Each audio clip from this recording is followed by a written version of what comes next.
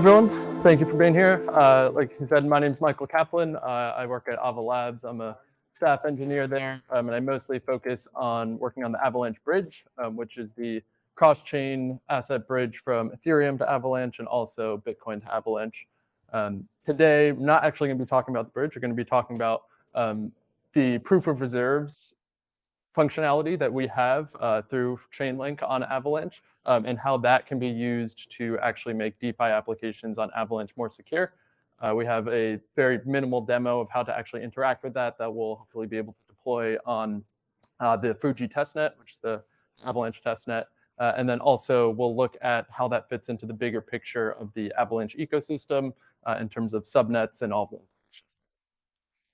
them. So I'm sure if you're in this room, you've probably heard about a number of bridge hacks that have happened already this year. And it's really an implicit assumption that you have to always keep in mind whenever you're using a bridge or holding any bridge token for that matter, is that the bridge asset carries risk.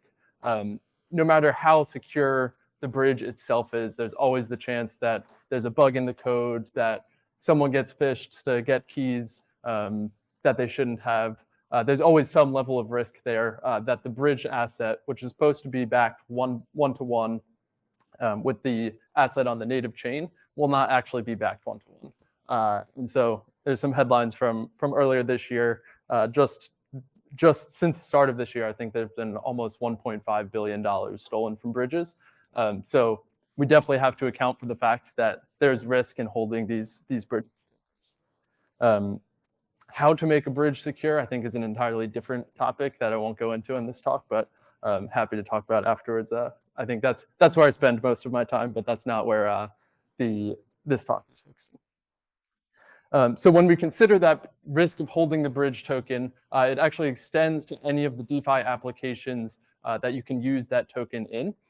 So if you have a Uniswap pool with a bridged asset, if all of a sudden that bridged asset is no longer backed on the native chain, the price of it drastically changes, possibly in the time span of however long it takes a transaction to finalize on that chain, which creates extreme arbitrage opportunities and really expands and multiplies the impact of a potential bridge exploit, right?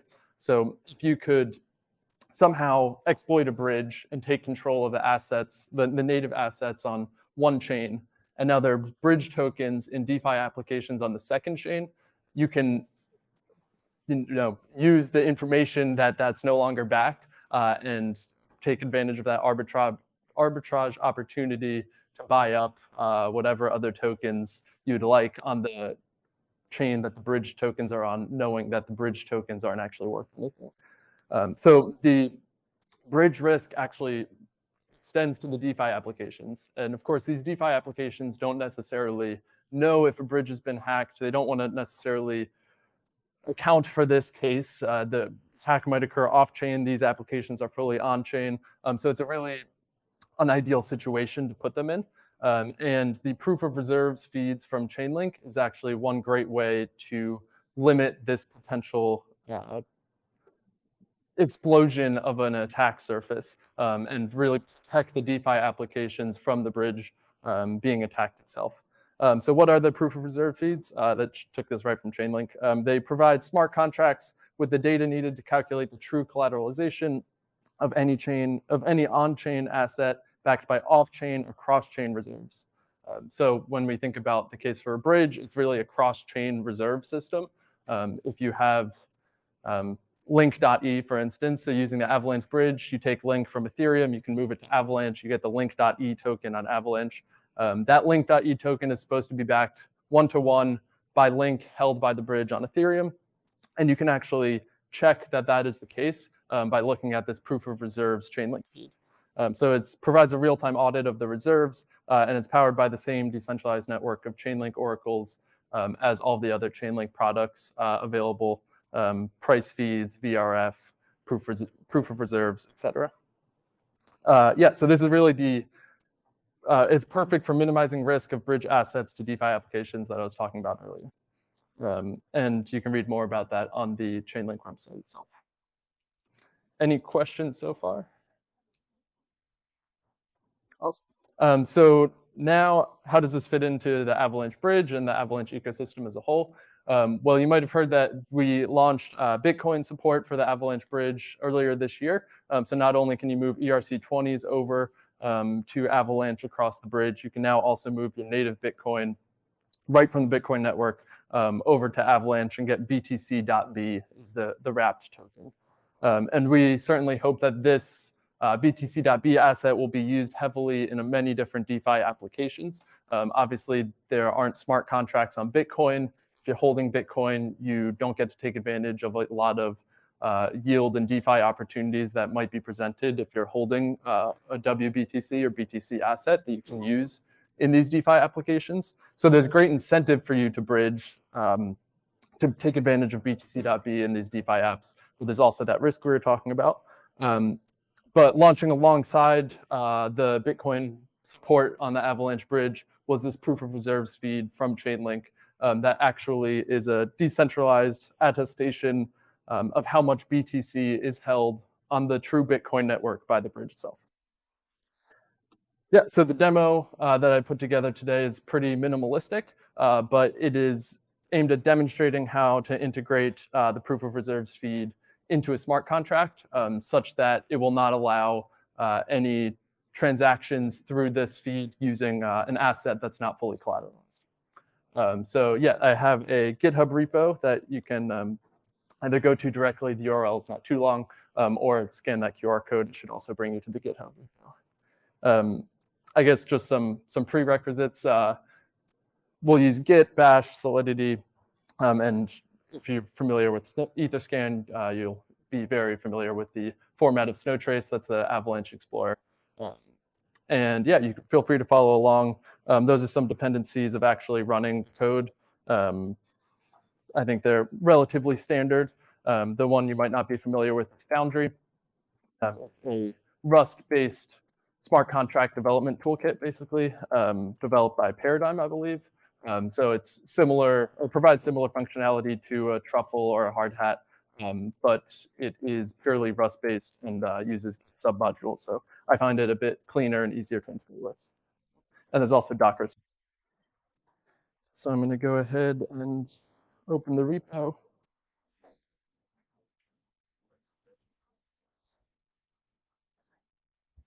Yeah, so first, I guess, one disclaimer is that I'm not a smart contract developer myself. So I didn't build this as a functional DeFi application, more so just a demonstration of how you can actually use the proof of reserves feed in a DeFi application that you're building. And I'll leave that to the pros. But we can look at this sample DeFi contract.sol. Here's the path to it in the repo if you're following along.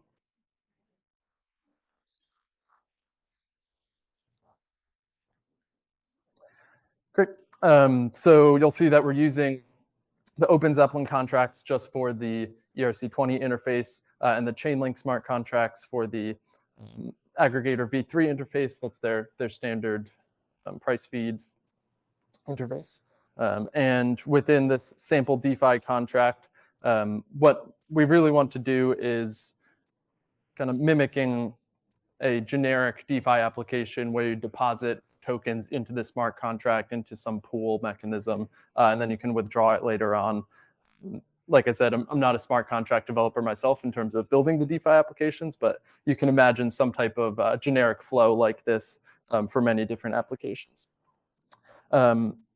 Yeah, and the proof of reserves feed on the Fuji testnet is at this address. You can find all of the feeds available on the Avalanche testnet and mainnet at that link in the code. And then the actual BTC.B ERC20 contract is available. So if we look at get collateral amounts, this returns the current BTC.B supply and the current BTC collateral amount held by the bridge on the Bitcoin network as reported by the proof of reserves oracles. So relatively straightforward code here. We're just getting the total supply from the ERC20 interface, and similar to the previous presentation, we're calling the proof of reserve contract to get the latest round data, That is the Chainlink answer there. And in this case, it's not a price, it's the actual collateral amount held by the bridge. We check that it's the correct round ID, that the collateral amount was supplied, and just return those amounts. And this function here is really is fully collateralized. I think it's a kind of self-explanatory one, but it's a snippet that DeFi applications would need to include in their own code in order to make sure that the bridge asset is actually fully collateralized at the time of this transaction and interaction with their DeFi app. So we're just getting the collateral amounts and making sure that the total supply of the wrapped token is less than or equal to the collateral amount held by the bridge on Bitcoin. It could be less than in any number of valid cases. The only thing we don't want is if the wrapped token supply is greater than the collateral. That shouldn't be possible. For things like bridge fees that might be held by the bridge, the collateral amount might exceed the wrapped token supply, or if you were to burn a wrapped token, for instance, that discrepancy could be the case. Or actually, in a common path, when you perform a bridge transfer, you transfer your Bitcoin to the bridge on the Bitcoin network, and at that point, the bridge is holding the funds, but the wrapped asset doesn't actually get minted until 6 blocks later on Bitcoin, at which point the transaction is considered finalized. So we do expect the collateral amount to be greater than the fees. Yeah, and then just to round out this smart contract, there's not any real functionality here, but just kind of showing it as a demo purpose deposit into pool. Before we allow any interaction of BTC.B in this DeFi application, we just require that the bridge asset is actually fully collateralized. And if it's not, we're just pausing all of that behavior. And similarly, down below for withdrawals. So I'm going to go ahead and open a terminal to run this. That's big enough. Oh, actually, sorry, any questions before I actually run it on what smart contracts do? I'll show you the script that we will use to run it. If we go back to the root of the repo, it is in the scripts directory. And what we're doing here is just first creating a wallet. Obviously, we need to deploy a contract from an EOA. We'll need to put some AVAX in that account in order for it to cover the transaction fee. But then we'll be using the Foundry tools that I was talking about earlier to actually deploy a contract and interact with it. So first we use Cast, which is a Foundry tool for interacting as a command line interface for interacting with any EVM-based chain. The API endpoint we're using here is the public Avalanche testnet endpoint that anyone is able to use. We're going to wait until the wallet that we generate actually has at least 0.5 AVAX in order to deploy the contract. When we go to deploy the contract, we use this tool called Forge. That's another Foundry tool. And we are sending it from the account that we generated using that private key. And all we needed to do is provide the actual contract we want to deploy. Forge will take care of compiling the Solidity and all of that. And then once the contract is deployed, we will interact with it by actually calling the get collateral amount function using Cast and the is fully collateralized method also. Cast provides you this really nice interface for calling Solidity functions just by providing the function signature.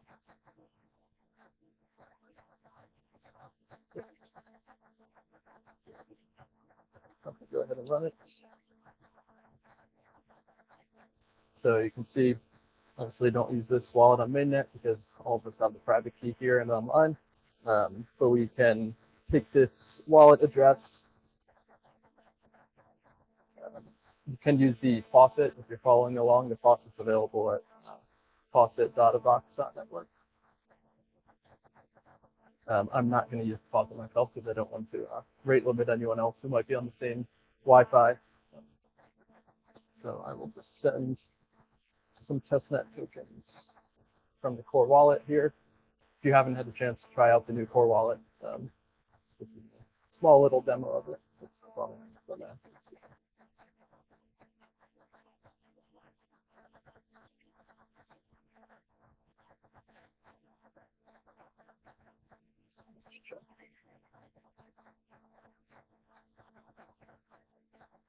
Should have some box.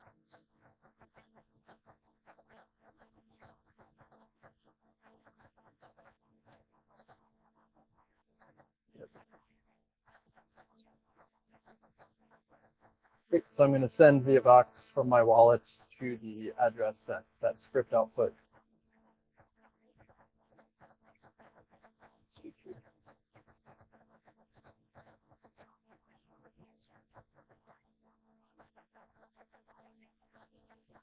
Here's the address one.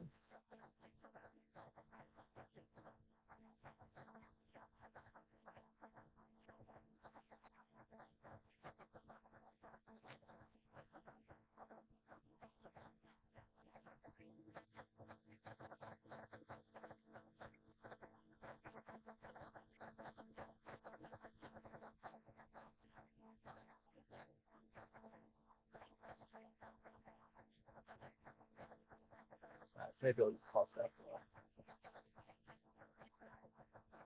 Not sure what's going on there. All right. Great. You can get a sense, if any of you haven't interacted with Avalanche before, you can get a sense of how long it takes transactions to finalize. Should this be a second or two? In this case, it's already done.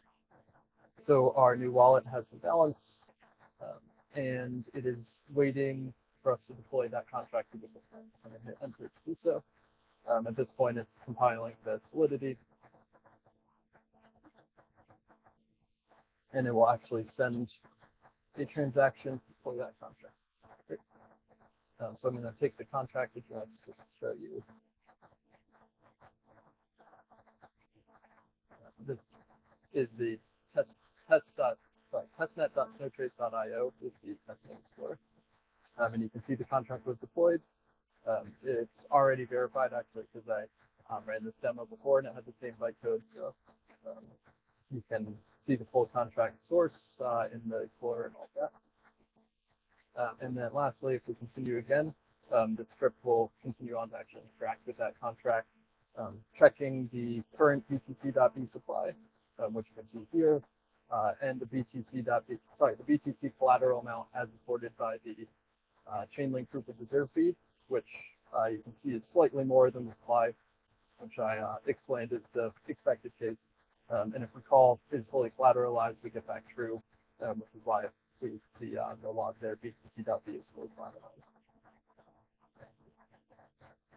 Yeah, so like I said, it's not meant to be any sort of useful application, but it is meant to show how you can leverage just a few lines of code to actually protect your DeFi application against the bridge risk that comes with any type of bridge asset, whether it's the Avalanche bridge or any other bridge for that matter. Any questions on the demo?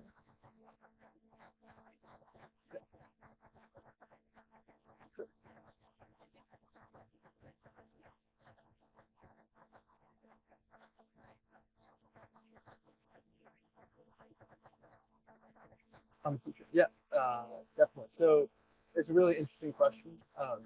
I think less so from the X chain to the C chain, and more so from the C chain into any other subnet, which might have smart contracts.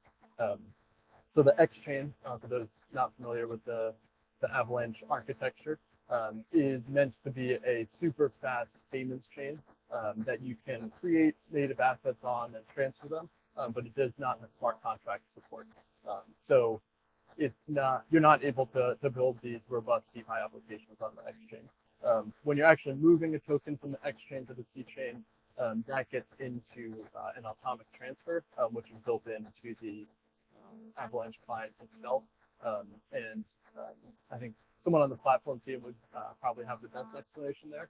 But there's an atomic import and export transactions.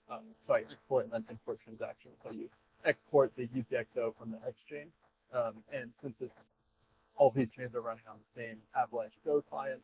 The C chain is then made aware that this UTXO was made available for consumption in the C chain, and there's special handling exactly. Exactly.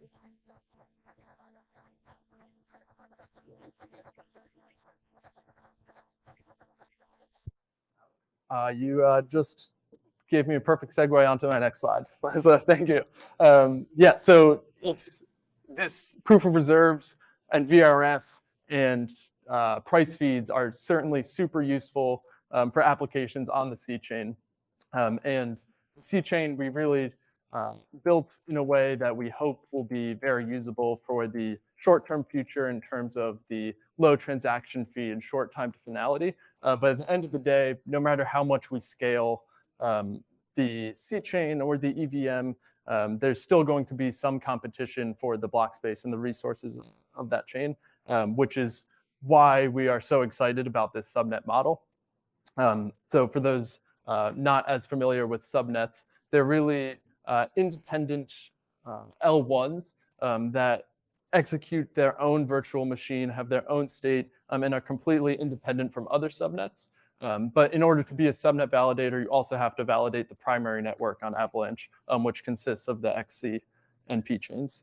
Yeah, so if you're running an application or you launch an application within a subnet, how do you then use the Chainlink feeds that are on the C chain, since it's an entirely different blockchain?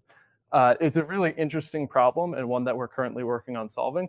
And it is possible to solve because all of the validators of a subnet are also validating C chain. So they know about the C chain state, and they should be able to read from it. And so that way we can provide, if you launch your application on a subnet, you should be able to read the current state of the proof of reserves, the price feeds on the C chain without making any additional trust assumptions or having to rely on an additional bridge between the C chain and the subnet itself. Yeah, so it's a really cool model that allows for horizontal scaling of chains without competing for the same resources. And you might then ask, what about subnet security? So they're all independent L1s. How many validators do they actually have? Are they actually decentralized? That's a great question. You should be concerned about that. And yeah, so there are a couple different models a subnet could employ here. They could be their own sovereign L1, in which case you do have to look into how decentralized they are, how many validators they have, what's the stake distribution like, and all of that. But you could also build a subnet that kind of assumes the security of the underlying C chain if you wanted to. If you wanted to build it as a subnet as an L2, kind of like Arbitrum, you could checkpoint state back onto the C chain and have fraud proofs and all of that, such that you are able to leverage the C chain security or the security of another L1 for that matter as a subnet. And in the subnet in that case would really be the sequencer and just a pure L2 for whatever L1 is underneath. So you really have this flexibility and the functionality there to design your subnet however you'd like. You can also have different virtual machines on different subnets, so it doesn't have to be the EVM. It could be any virtual machine you think of. Yeah, there's a lot left to build and a lot of exciting possibilities. Any questions? Awesome. Well, thanks for following along.